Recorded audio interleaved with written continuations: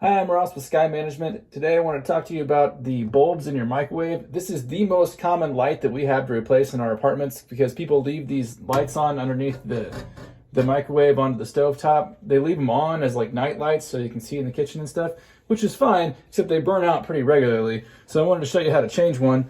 Underneath here, these are Whirlpool microwaves that we use, so there may be some different setups on them. This is pretty common.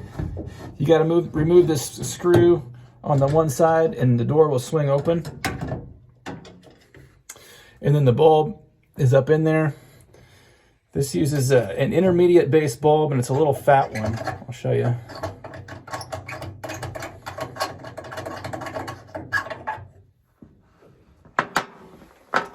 This little fat bulb with an intermediate base.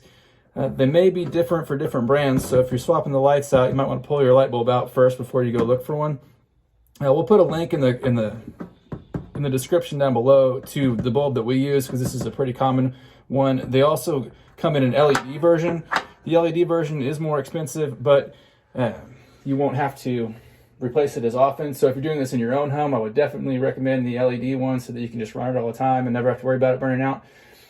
They're easy to replace. To replace the bulb with your new one, you just want to put it up underneath there and you have to find the hole to stick it in and screw it in. Some of these are a little bit hard to see when you're reaching under there. Then before we close the door, we're going to go ahead and test it by pushing the light button. It does come on.